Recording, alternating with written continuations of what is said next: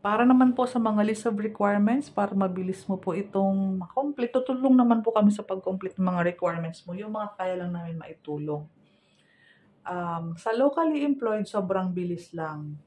Company ID with 3 specimen signature, 2 government ID with 3 specimen signature. Ito po, bawat ID po ay isang bond paper lamang po. Back-to-back, colored, clear, 3 pirma sa baba. So, another bond paper po para sa government ID pero hiwa-hiwalay.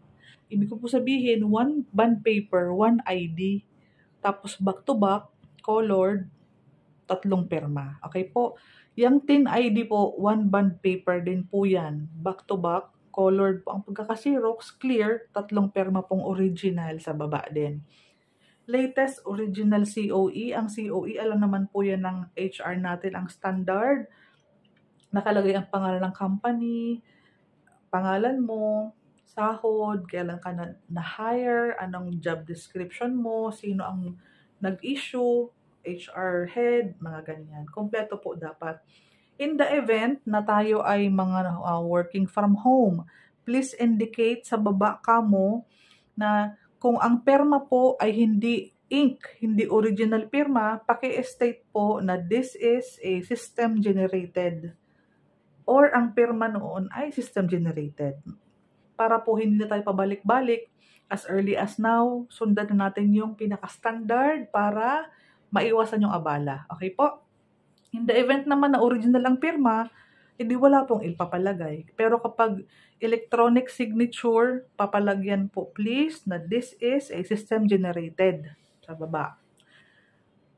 1 month pay slip kapag tayo ay mga private employee, government employee, or saan ka man employed. In the event na government employee or mga call center agent tayo, 3 months pay slip.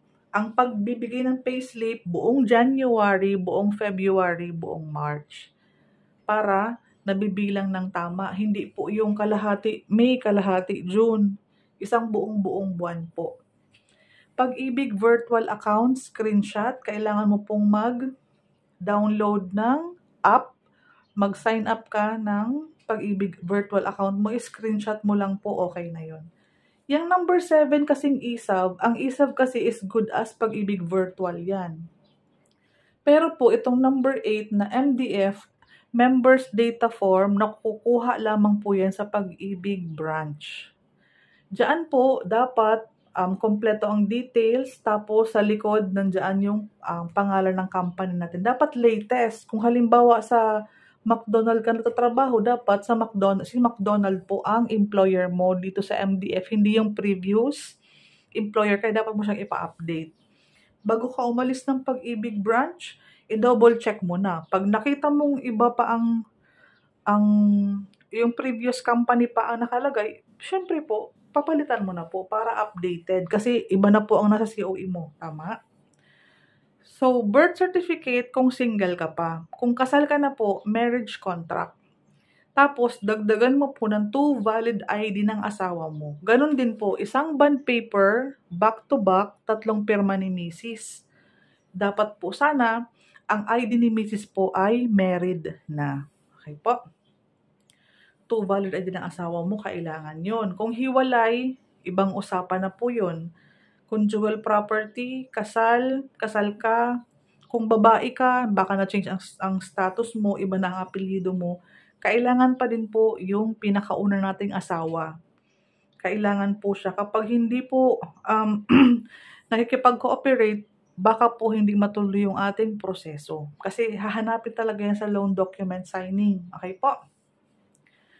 Meralco bill latest, sa billing lang yan. Alam ko hindi yan nakapangalan sa'yo.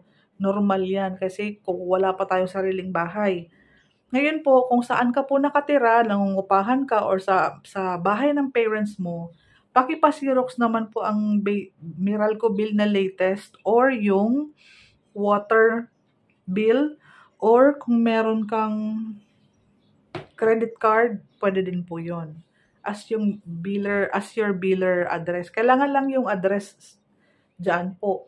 Kaya mag-attach ka ng barangay clearance for housing loan purposes full name mo, pero kung ano yung address na nasa Meralco, kasi residential address, di ba po, ipapa-reflect mo po sa barangay clearance at nakapangalan na sa'yo ang barangay clearance. Kasi nga po, yung Meralco bill ay talagang hindi po nakapangalan sa'yo. Okay po? Ang help seminar naman, ito po, pre-recorded na yan, kaya hindi ka na maaabalang pumunta sa Pag-ibig main branch. Ang gagawin mo, punta ka sa, i-type mo yan http ganito homeful.ph, mag-sign up ka gamit ang email address mo and i-follow mo lang yung flow. Okay po? And then, kapag nakita mo na yung mga video, start course, panood-panood. Pag natapos mo po yung mga pinapanood na video dyan ng mga 5 pirasong ano lang yan, 5 pirasong video. And kung may mga tanong man, ang sagot dyan ay lahat ay letter B or second option. Reservation agreement, meron ako sa office nakahandang mga form. Dagdagan mo na lang 1 by 1 picture. 1 by 1 picture, 5 pieces muna. Okay po? Kung walang TIN ID, magpalagay ng ID talaga po ang kailangan dyan. Or mag-attach ka ng yung papel na galing sa HR, ng sa BIR. Pero kailangan talaga TIN ID. Okay po?